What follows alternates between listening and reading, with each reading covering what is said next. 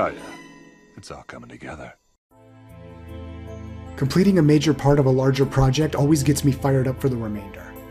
I'm eager to bring my vision for Fort Kelvin to life, and I have so many ideas to try out when it comes time to detail the place. For now, it's time to finish up the courtyard and bring this part of the project home. First up, the corpse behind the tavern. Usually I try to get rid of bodies before they stink up the place, but this one I put off until I knew I wanted to expand the eastern wall. Since the gatehouse will be closed off, the pathways will need to traverse the perimeter. Still undecided on the western wall. It's a bit more involved than this simple expansion, and I'm not sure it's even necessary.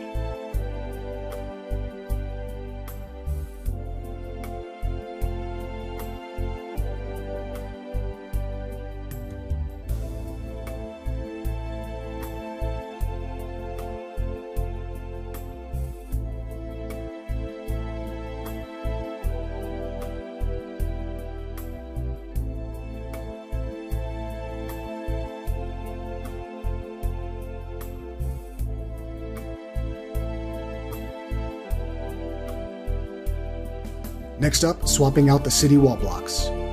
Tedious work, but these castle wall blocks really blend with the overall scheme. One day soon, I'll be sure to play around with the newer castle blocks from the update.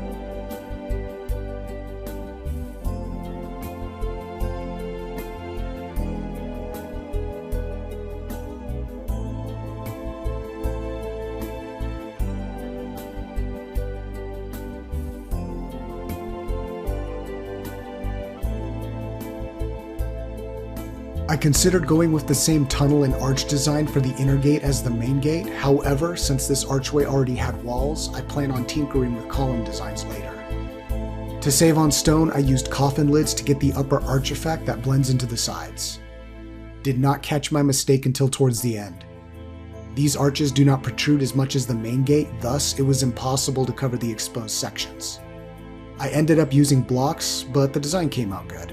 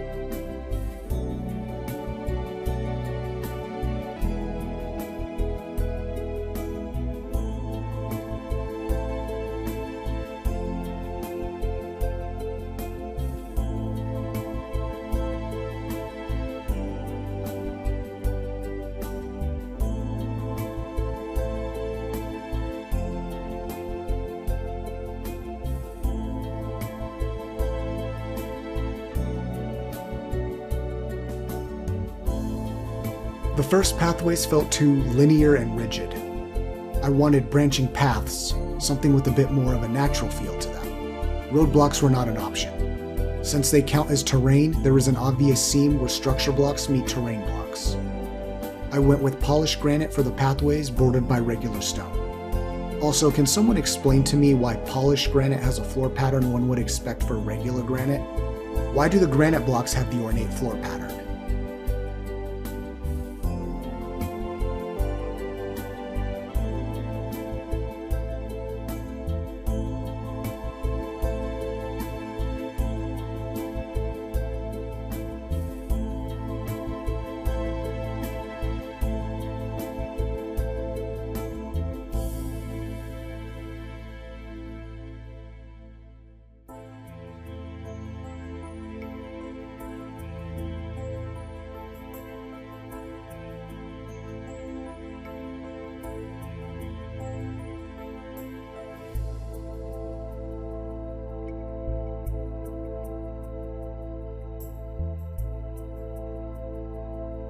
While I felt mostly satisfied with the pathways, I needed to figure out how to smooth out the edges. Before that, the empty sections needed some attention. Initially, I filled them in with regular stone, but realized the courtyard needed some greenery. After a bit of experimenting, I discovered using moss as a border hides the seam where terrain and structure blocks meet. Regular Spriglin's dirt gives a decent effect, but the flower soil turned out better. With all that down, I scattered some random plants to give it more detail. I may end up redoing the pathways once I've tested moss with roadblocks some more.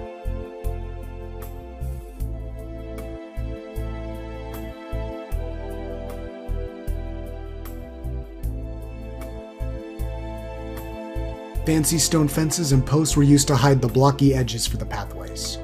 It's a nice border design, and I have an idea I'm going to try during the detailing phase.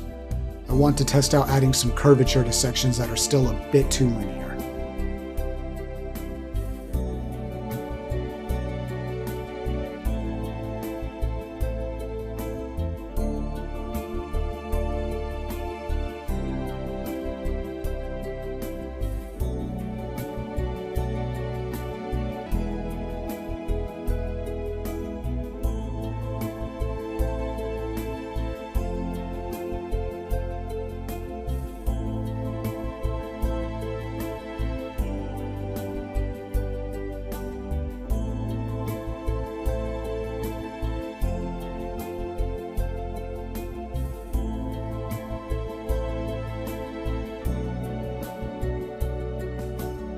And now for the final set piece, a fountain.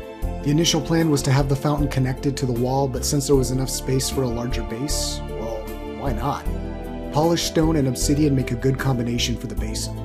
4 big sword statues as the centerpiece and steel fences, posts, and braziers for the border trim. I needed to smooth the outside edges and turn back to the fancy stone posts, fences, and coffin lids for that. Learning to incorporate water effects was a challenge, but a rewarding one. I started with 8 spouts inlaid into silver jugs, but that was too much inflow for the small size. Nearly flooded the courtyard a few times. I dropped it down to 4 spouts, kept the silver jugs, and just rotated them upwards. Very proud of my first fountain design, and I'm going to play around with more in the near future.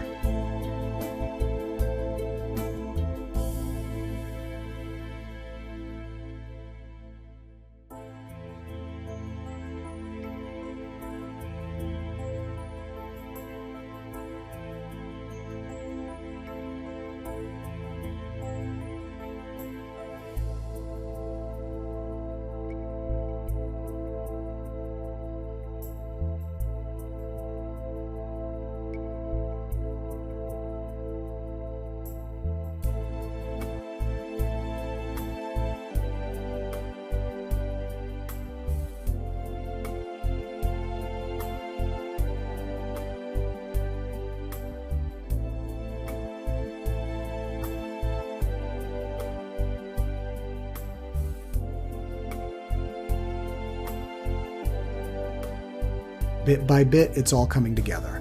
I'm very pleased with the end result of the courtyard, and I can't wait to finish rebuilding the rest of Fort Kelvin. I'm going to test a few things out with the wizard tower. I have an idea for a block scheme that should come out amazing, and I'm torn between adding a fountain in there or just dropping the Cyclops skeleton. I'll figure that out when the time comes.